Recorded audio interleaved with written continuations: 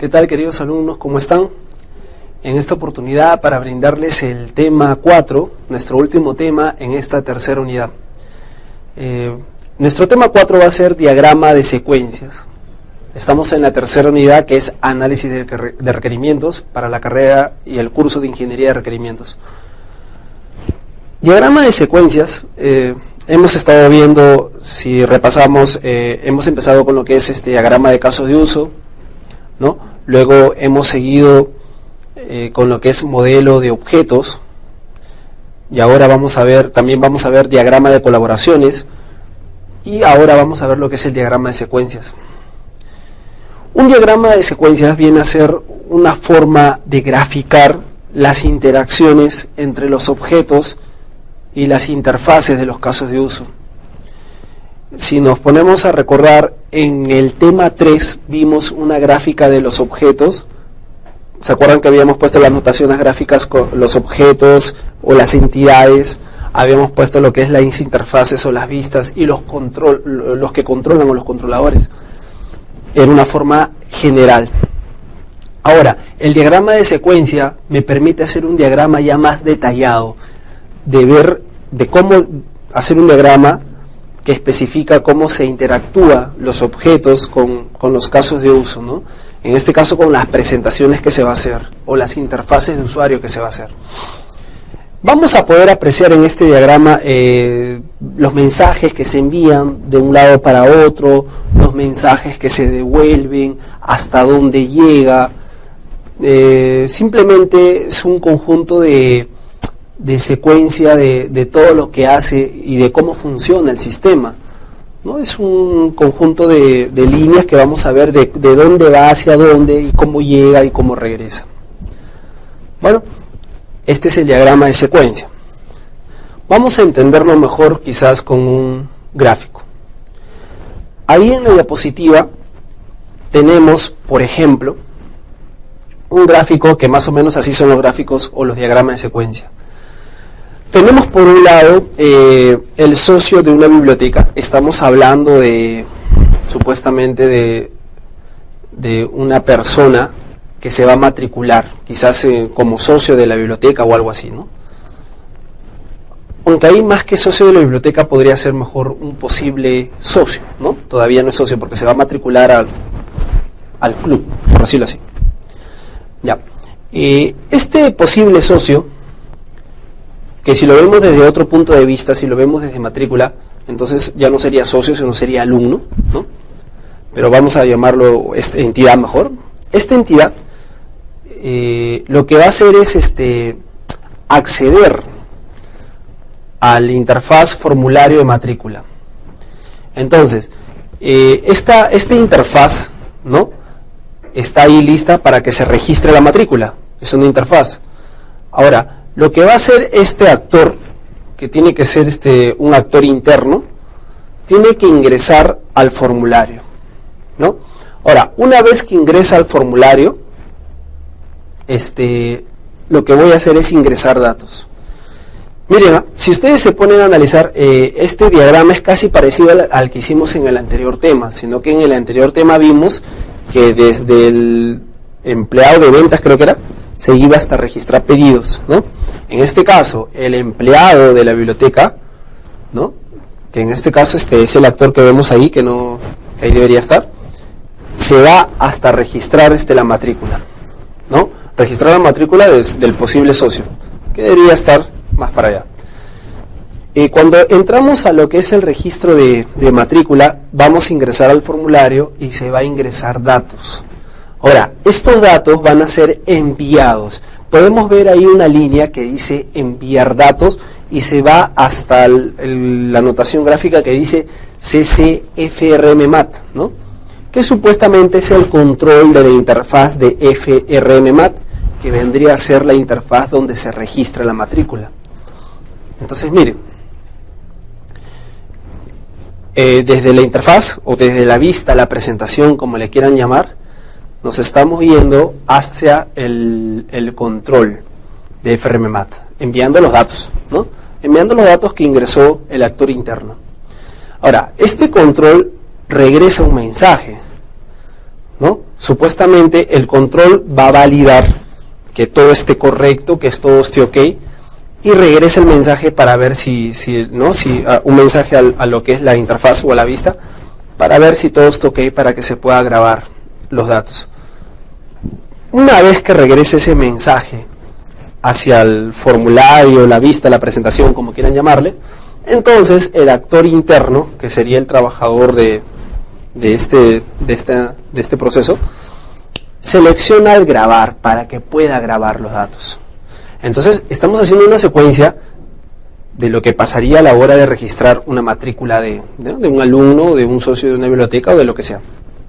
Entonces, al registrar el grabar, se guardan los datos, pero miren la flecha se va desde el formulario, o sea, desde la interfaz hasta la entidad. Ahí tenemos las notaciones gráficas y vemos que hay una entidad ahí. Entonces, hemos visto cómo de una forma tan sencilla, miren, hemos visto que de una forma sencilla, nosotros vamos desde hacemos un diagrama de secuencia, donde vemos cómo funciona, ¿no? Cómo se relaciona el objeto con la interfaz, cómo se hace el control y cómo se va hacia la entidad. Si nos ponemos a ver la clase pasada, vamos a notar que el diagrama era casi el mismo, pero era un diagrama general.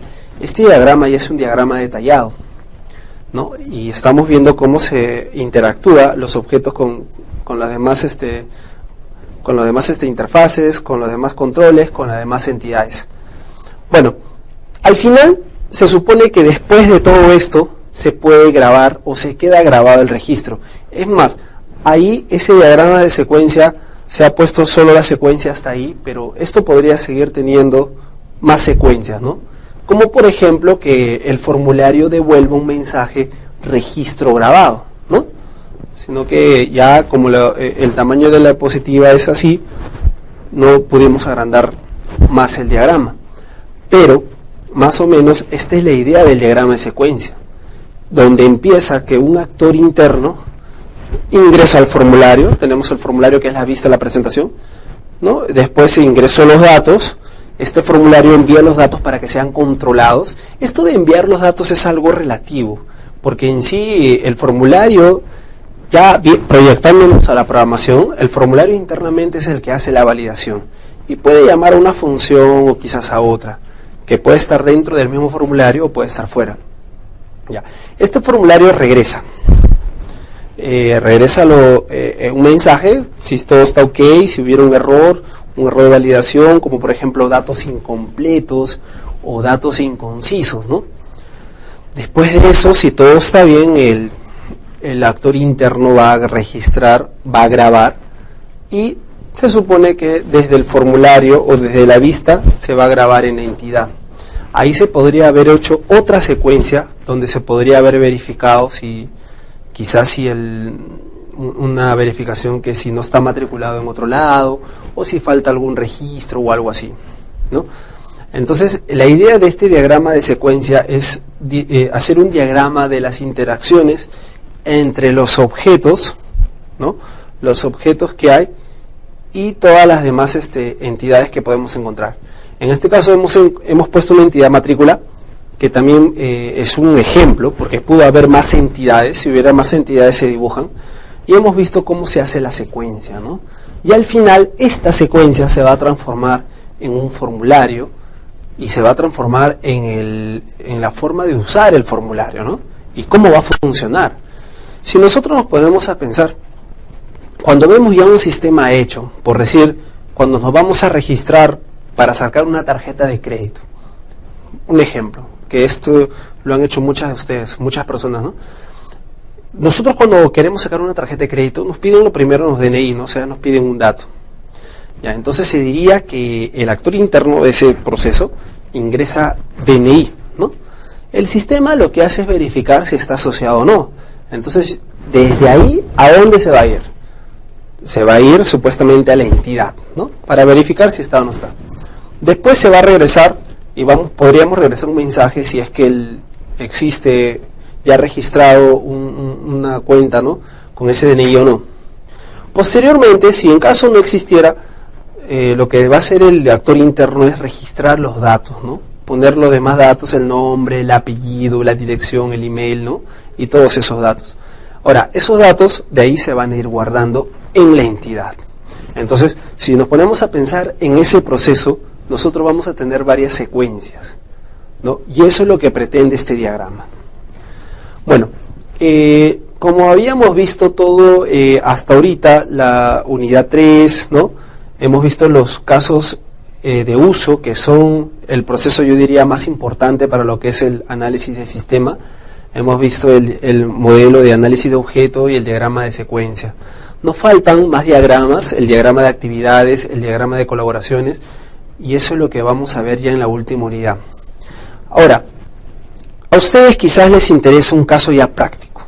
Yo les había mencionado en anteriores unidades lo que es el Rational Rules.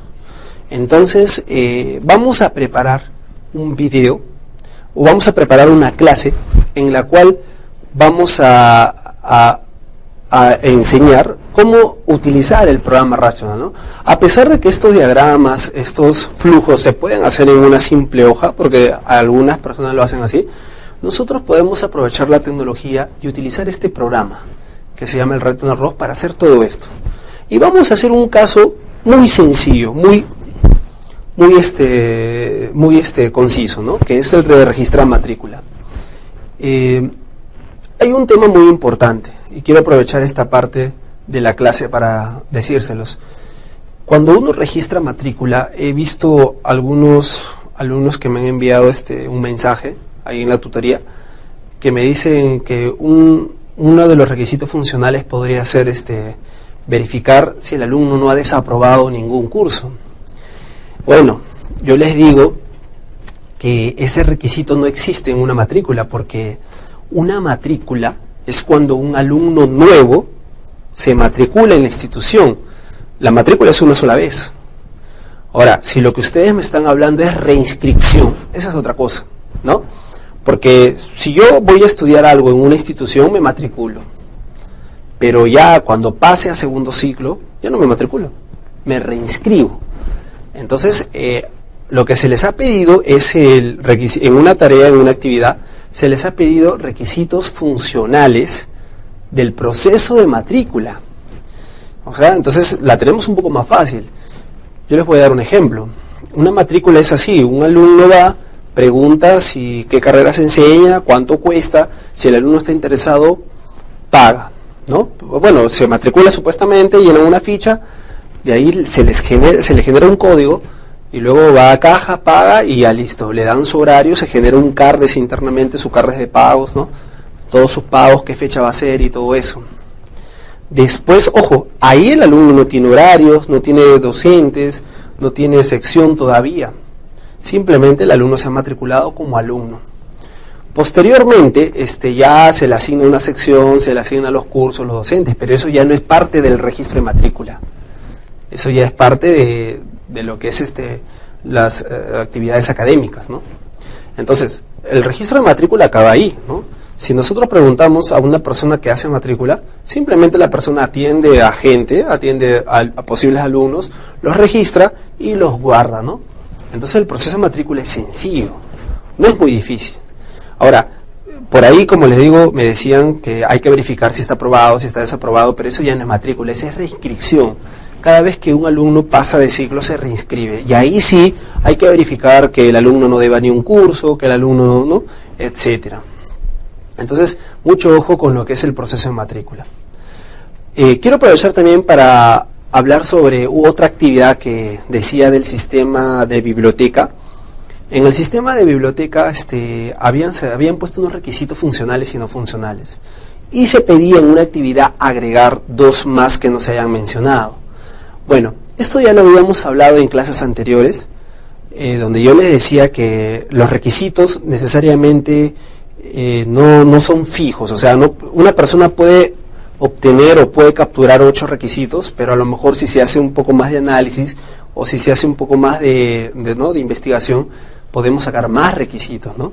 Ahora, estos requisitos son ficticios, porque algunas personas sacan los requisitos así pensando que será así, ¿no? Pero la realidad puede ser otra.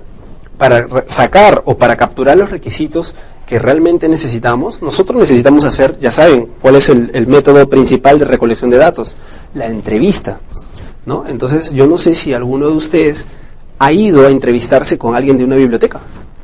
Quizás la mayoría ha sacado los requisitos funcionales de la biblioteca, pero de su mente, ¿no? Porque cree que es así. Pero a veces esto no se cumple, ¿no? Entonces, hay veces nosotros tenemos que ir y entrevistarnos y ver realmente cuáles son los requisitos. Pero lo que les quería decir es que en esta actividad lo que se pide es agregar 2 requisitos más, ¿no? Si no hay tiempo de ir a entrevistarse, que sería lo ideal a una biblioteca, entonces de nuestra mente saquemos qué otro requisito podríamos poner que no esté descrito ya en el libro, ¿no? Sea funcional o no funcional. Acuérdense, ya lo habíamos hablado en clases anteriores, el requisito funcional es lo que yo quiero que haga o que no haga el sistema, ¿no? Lo que va a hacer o no va a hacer el sistema. Y requisito no funcional trata más de lo que es una restricción del sistema, ¿no? Como por ejemplo, quiero que el sistema sea web, quiero que el sistema esté desarrollado en Java, quiero que el sistema sea multiplataforma, quiero que el sistema sea veloz, ¿no? Entonces, esa es la diferencia entre un requisito funcional y no funcional. Eso ya lo habíamos hablado en su momento. Bueno, espero que les haya quedado claro estos temas. Hemos acabado la unidad 3, ya vamos a salir muy pronto con la última unidad, que es la unidad 4, pero les voy comunicando de que vamos a hacer una especie de clase, pero ya práctica, ¿no? Con el Rational ROS, para que algunos alumnos que quizás todavía no han tenido la oportunidad de trabajar con esta herramienta, vean que es una herramienta muy útil para lo que es el modelado de sistema, ¿no? Y de software.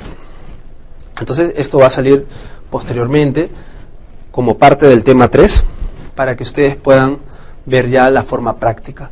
Ahora, nos faltan más diagramas, entonces lo más probable es que también hagamos todos los diagramas con esta misma herramienta que es el Rational ROS. Esto sería todo por ahora.